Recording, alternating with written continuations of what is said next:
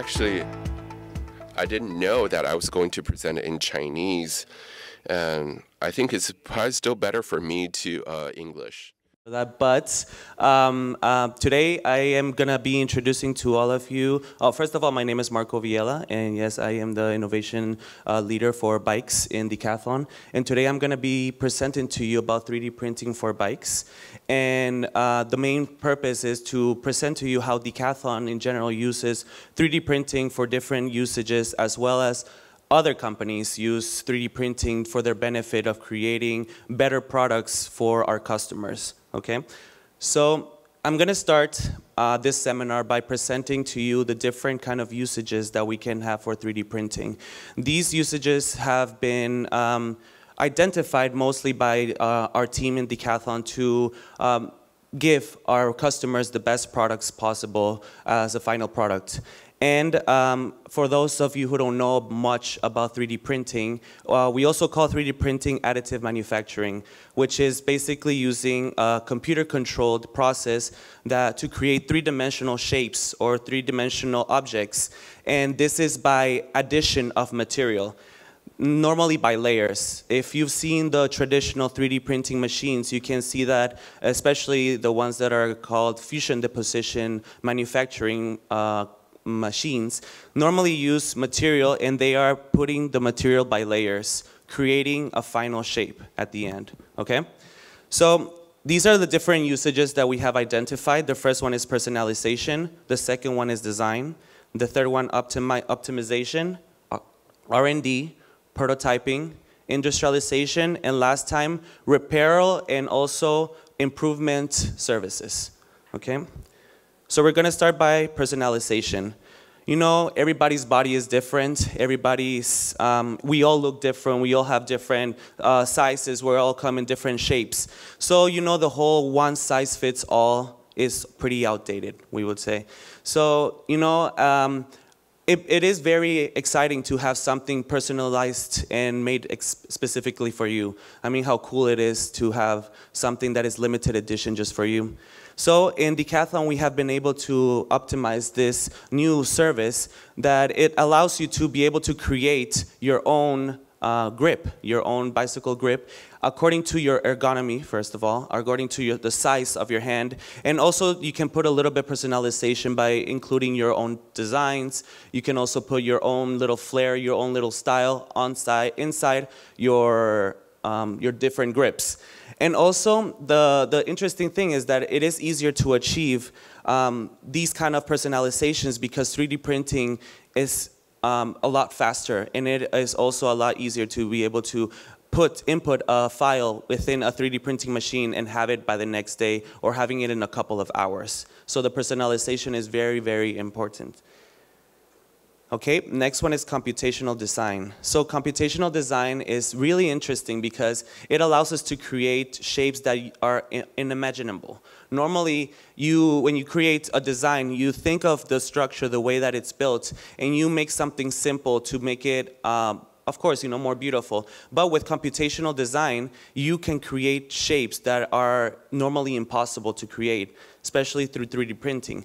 Because actually through traditional manufacturing, it is really hard to be able to create these shapes because whenever you use traditional manufacturing processes like injection, it's really complicated to be able to fulfill these type of shapes.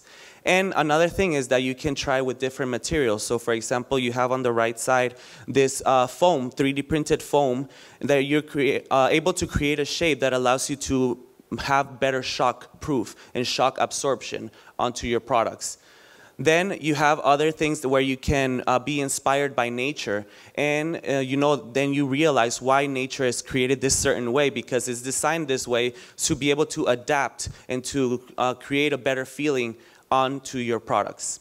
Now, with computational design, we have different ways of making these designs, and we use different kinds of programs. I don't know if you've heard about SolidWorks. You have 3D CAD, and you also have Rhino, which with the push of a button, you're able to create these shapes and these interesting designs, and the options are limitless. You're able to be creative and design and make your job a lot easier by using these kind of 3D printing tools.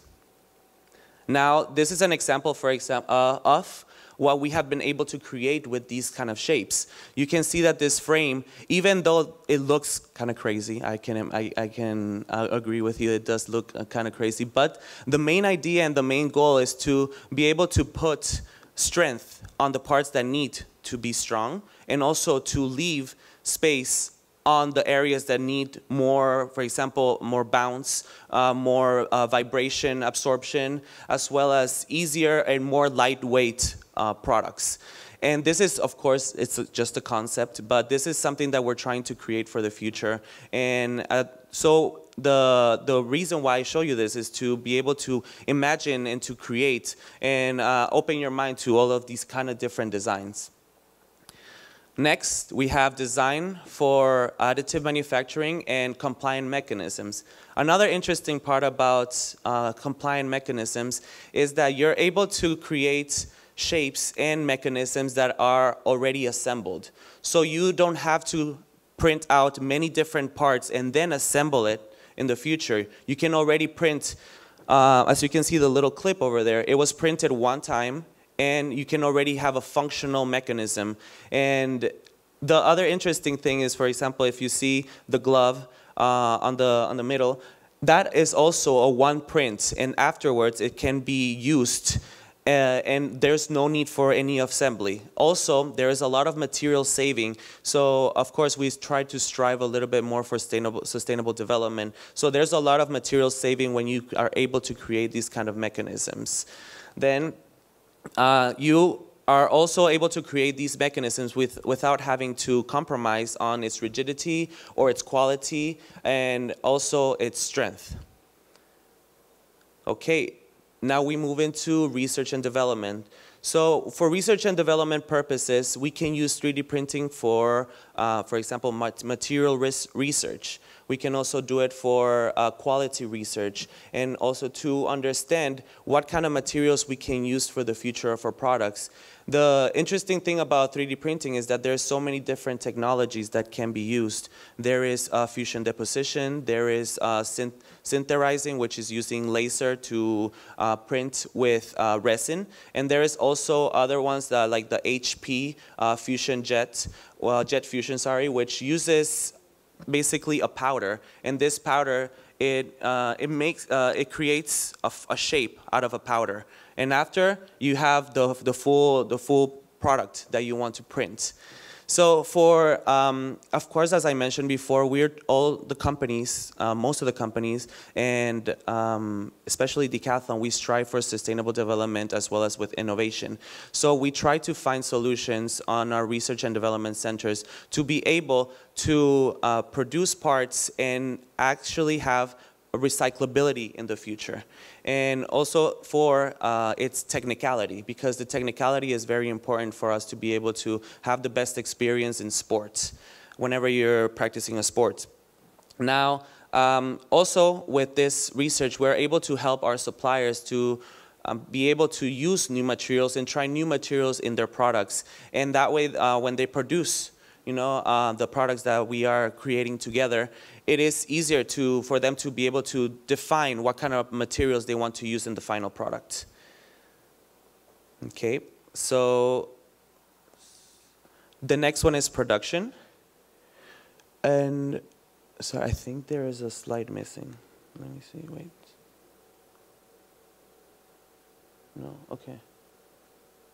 I'm not sure, I think maybe there's a slide missing. But, okay, so let's move on to production parts. So now, additive manufacturing is widely used for production of parts, of components, and it's mostly for small series or for pre-series, let's say. In this way, because the main reason is because we are able to create a certain amount of products and without having to compromise having a lot of products within our warehouses and stuff. So it reduces the production cost as well very greatly, and it is also able to achieve deadlines. So normally when we're in the product development process, we have a lot of steps that we have to do to be able to have our final product. And using traditional using traditional processes to create and to produce is very expensive. And so the best way that we can do this, especially for complicated parts, is to be able to produce them using 3D printing. And you're also able to produce 50, 100, and even thousands of pieces at one time, in one day or in 2 days. And after, you don't have to worry about having to have storage for all of these parts. And all of this is without increasing the price of the product. So as you can, I will give you an example. This is a bicycle from a company in California. And what they do is that they 3D print this whole bike frame in one piece. And then they use a carbon fiber. They use a carbon fiber material to be able to produce this part. And the interesting part is that you don't need any assembly afterwards to create this bicycle. And the other interesting part is that they're very good at personalization with these products. So with the bike, you're able to send in your measurements, you're able to send in your weight, and then they create and design a bike specifically for you.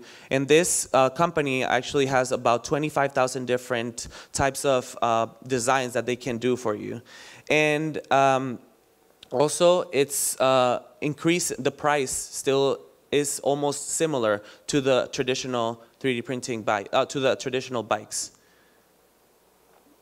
After sales, there's definitely a slide missing, I think, in the presentation. Let me see if I go back.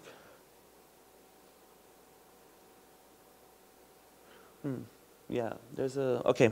Well, anyways, I'm gonna go back to production, but the slide that is missing is actually about prototyping, which is my favorite part, to be honest. Prototyping, because I am a prototypist, and for me that part of development is the best and the most informative part to know how you will be able to create your product for the future.